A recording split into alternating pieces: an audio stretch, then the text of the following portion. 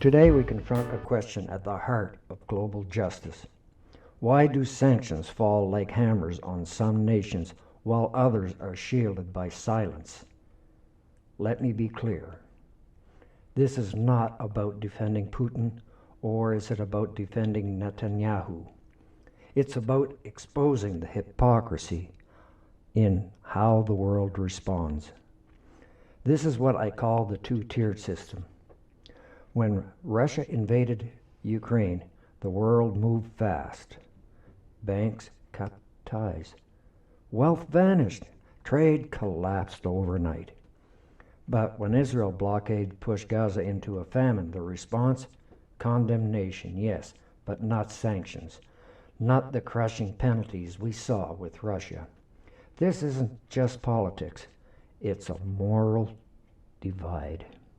If you're watching this video version, please refer to the chart below. There are 9 categories, 2 bars each, red for Russia, Ukraine, blue for Israel, Gaza. On a scale of 0 to 3, Russia's bars stretch wide across most categories, while Israel's are shorter. At a glance, the double standard is plain. For the same harms, one is punished while the other is spared. Earlier this year, Canada and France warned that if Israel did not end the famine, they would recommend recognition of Palestine at the next UN meeting, which is this September 2025. Netanyahu responded by threatening a military takeover of Gaza, and his minister unequivocally approved the plan. Was this coincidence or a retaliatory response to Canada and France's threat to Israel to recognize Palestine as a separate state? Now that the threat is moving into action, the Israeli military announced it has begun preliminary operations in Gaza City. The opening stage of a broader offensive, and it says it is operating with great force on the outskirts. At the same time, Israel suspended the midday humanitarian technical pauses that allowed food and aid to enter Gaza City, declaring the area a dangerous combat zone. According to Gaza's health ministry, the death toll has surpassed 63,000 in the 22-month war, including at least 322 deaths from starvation and malnutrition, 121 of them children. Aid groups and a church sheltering civilians says that they will remain, refusing to abandon the hungry and displace those who depend on them. One resident put it plainly: the massacres never stopped, even during humanitarian pauses. Israel maintains that Gaza City is a Hamas stronghold with a network of tunnels still in use. Its military spokesperson said, "We will intensify our strikes until we bring back all the kidnapped hostages and dismantle Hamas."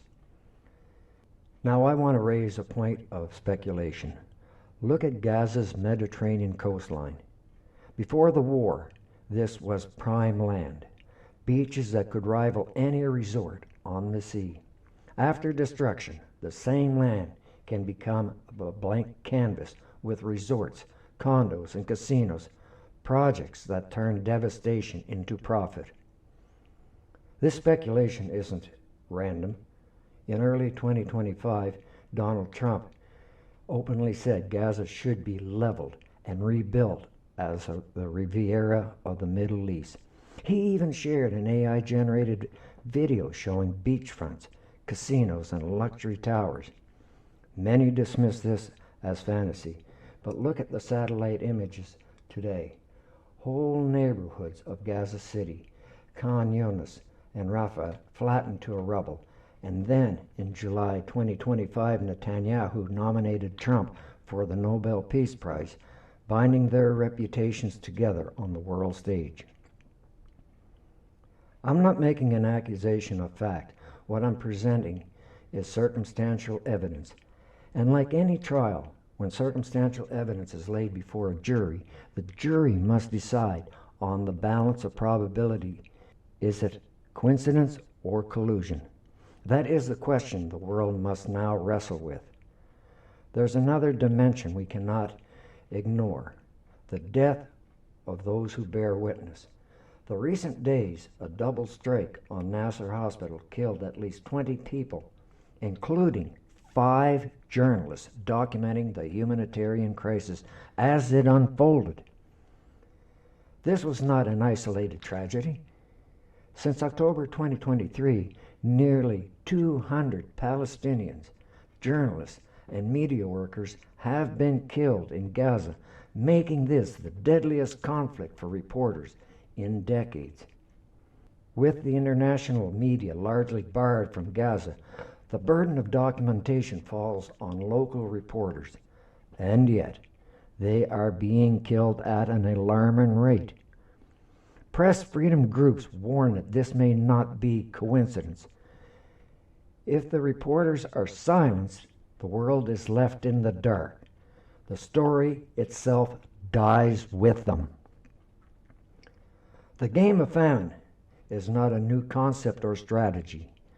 Armies starve cities into submission.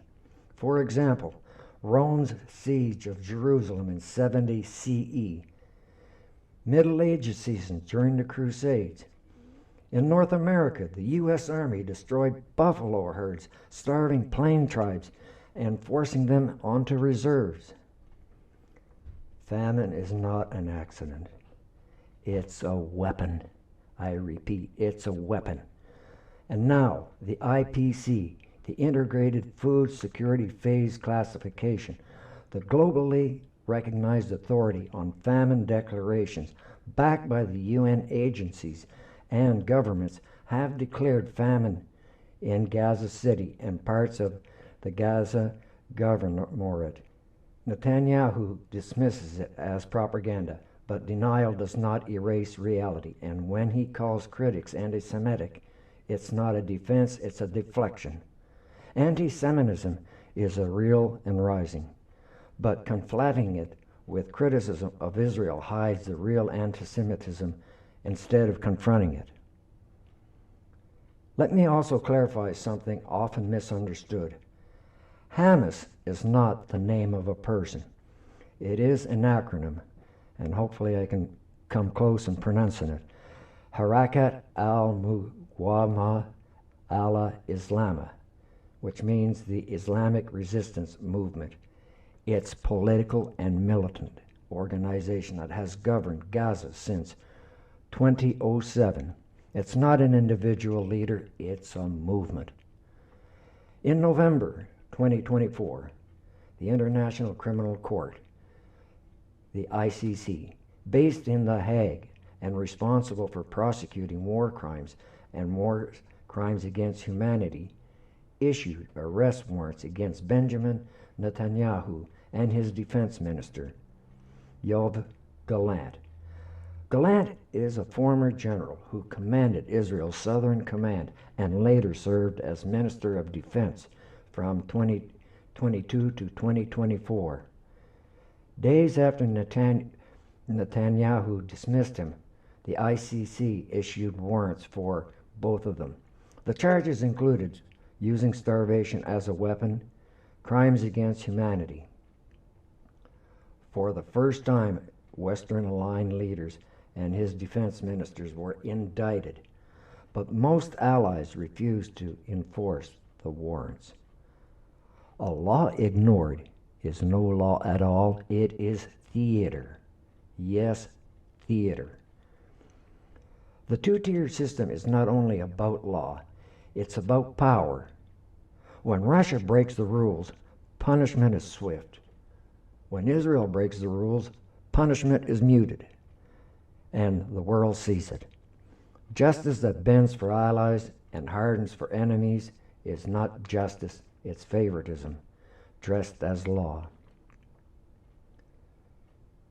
So, what we have seen today, a world that acts with lightning speed when Russia breaks the rules, but moves with silence when Israel does the same.